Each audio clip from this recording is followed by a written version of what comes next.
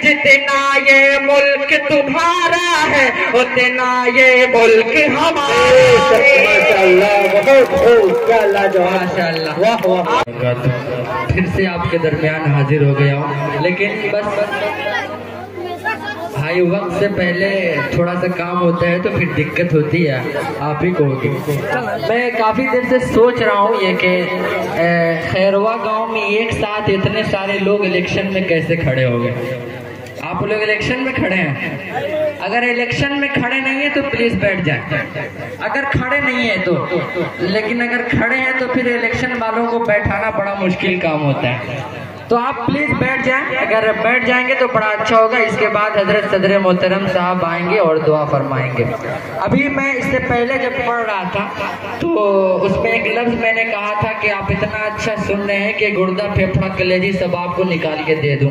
जब मैं पढ़ करके वापस जा रहा था तो एक शख्स से मुलाकात हुई, वो कह रहे थे कि आपने कहा कि बस गुर्दा फेफड़ा कलेजी बस।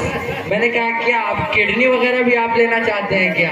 तो इतना पर भी बस नहीं रहा, कहा दे देंगे फिर भी बेहतर है, लेकिन आप उधर ना जाएं, बस आप इत्मीनान के साथ और हमें हौसला दे करके आप सुन लें, यही काफी है हमारे लिए।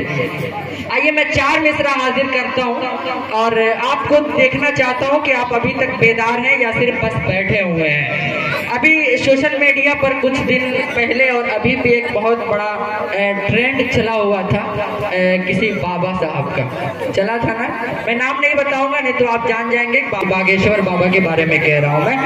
तो उन्होंने बड़ा मसला छेड़ा था कि हिंदू राष्ट्र हम बनाएंगे, मुसलमानों का यहाँ पर कुछ भी नहीं है। मैं 4 मित्र हाजिर करता हूँ और अगर आपको लगे कि मैं यकीनन सच कह रहा हूँ, आपके दिल की आवाज यही है, तो मेरा साथ दीजिएगा। सुने बतौर खास कि इस मुल्क की आजादी में देखो एक किरदार हमारा है। थोड़ा सा आवाज बढ़ा दीजिए, थोड़ा सा, कि इस मुल्क की आजादी में देखो एक किरदार हमारा है। अभी भी आप इंडिया गेट कुतुब मीनार की तरफ आप जाएंगे तो वहाँ पर गेट पर देखेंगे सबसे ज्यादा जिन शहीदों का नाम लिखा होगा वो मुसलमानों का नाम है कि इस मुल्क की आजादी में देखो एक किरदार हमारा है। इस मुल्क की आजादी में देखो एक किरदार हमारा है।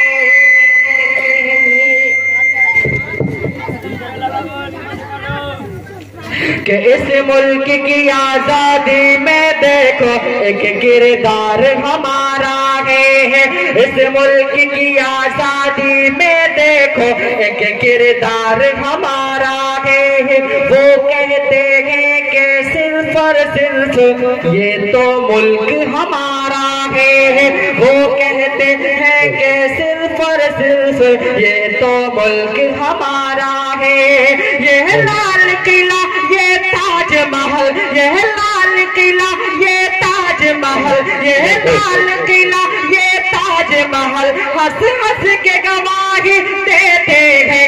यह लाल किला ये ताजमहल हंस हंस के गवाही देते हैं। जितना ये मुल्क तुम्हारा है उतना ये मुल्क हमारा है।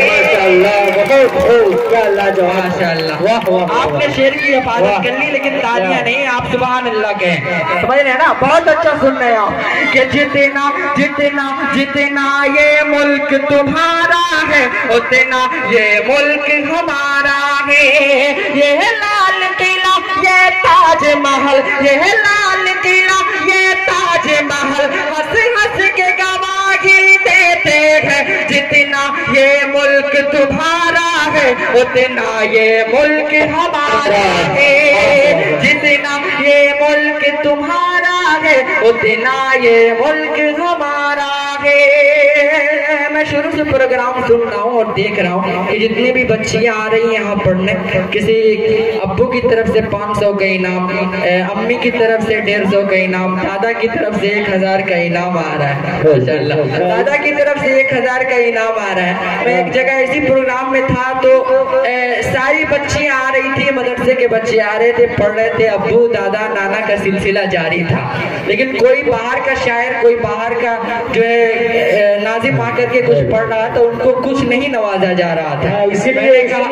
इसीलिए हमने भी उनके पैसों में से नहीं लिया कि घर जाएंगे तो पूछेंगे जिसने दिया है कितना कितना तुमको मिला है, अगर कब बताएंगे तो फिर मैं ही पकड़ा जाता। जी जी, वहाँ मसला ये हुआ था कि मैंने कह दिया था उनको कि असल में ये अब्बू नानी और दादी जो पैसा दे रहे हैं ना, ये असल में वापस उन्हीं के पास जाना है। जब घर जाएंगे तो कहेंगे लाभ मैं पेटी में जमा कर देता हूँ। मैंने कहा था उनको कि अब मैं एक ऐसा शेर पढ़ूंगा कि जितनी सारी बच्चियों को उनकी अम्मी अब्बू दादा ने इनाम दिया है, ये शेर सुनकर के सारी बच्चियां उठ करके हमारे पास इनाम देने आ जाएंगे।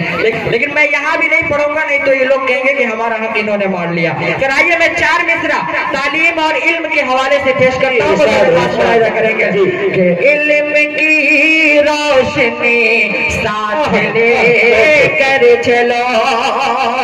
जितने भी गार्जियन हजरात हैं, मैं उनसे गुजारिश करता हूँ कि इल्म की रोशनी साथ लेकर चलो, सर फिर इन हवा वो का रुख मोड़ दो। इल्म की रोशनी साथ लेकर चलो, सर फिर इन हवा वो का रुख मोड़ दो। इस गरीबी को जड़ से मिटाना है तो, इस गरीबी को जड़ से मिटाना है तो, अपने बच्चों को तालीम से जोड़ दो, अपने बच्चों को तालीम से जोड़ दो। भैया आप बात मत करें, मुझे देखें आप, इस वक्त मुझसे ज्यादा खूबसूरत कोई नहीं है, इसलिए आप सिर्फ और सिर्फ मुझे देखिए। कहीं ऐसा ना हो कि आप जो है उधर भटके रहे, मेरा भी ज़हन भटका, मैं कुछ से कुछ पढ़ दूं।